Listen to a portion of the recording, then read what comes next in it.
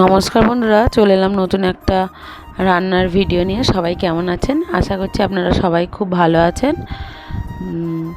অনেক দিন ধরে ইচ্ছা ছিল একটা ভিডিও শেয়ার করি, তো এদিকে আমি রান্না করছিলাম তড়কা, তারই রেসিপিটা আপনাদের সাথে তুলে ধরলাম। দেখতে থাকুন। পেঁয়াজ কেটে নিয়েছি, লঙ্কা কেটে নিয়েছি, টমেটোটাও কুচি কুচি করে কেটে নিয়েছি।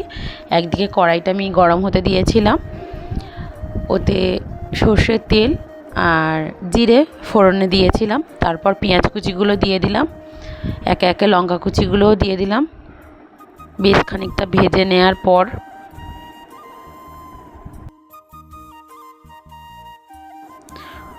ওর মধ্যে রসুন বাটাটা দিয়ে দিলাম আর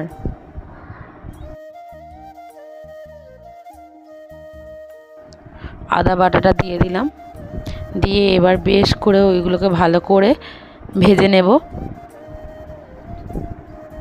ভেজে নেওয়ার পরে ওর মধ্যে টমেটো কুচিগুলো দিয়ে দিলাম। এবার ভালো করে কষিয়ে নেব মশলাটা।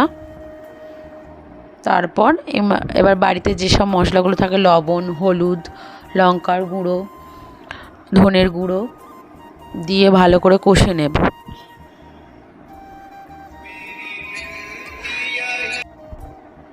সামান্য একটু জল দিয়ে ভালো করে কষিয়ে নেব।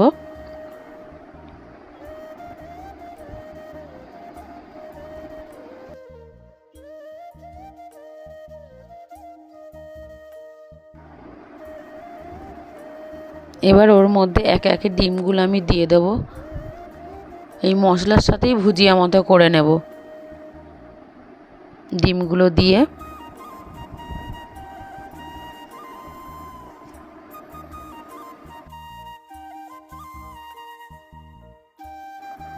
তারপরে এতে আমি কাসুরি মেথি দিয়ে দেবো।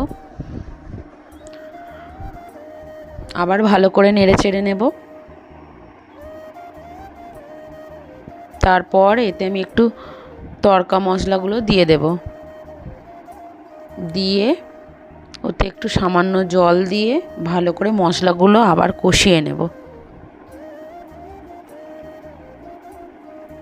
এখানে এবারে আমি সিদ্ধ করা যে মুগ কড়াইগুলো রয়েছে, সেইটা আমি এবার কড়াইয়ের মধ্যে দিয়ে দেব।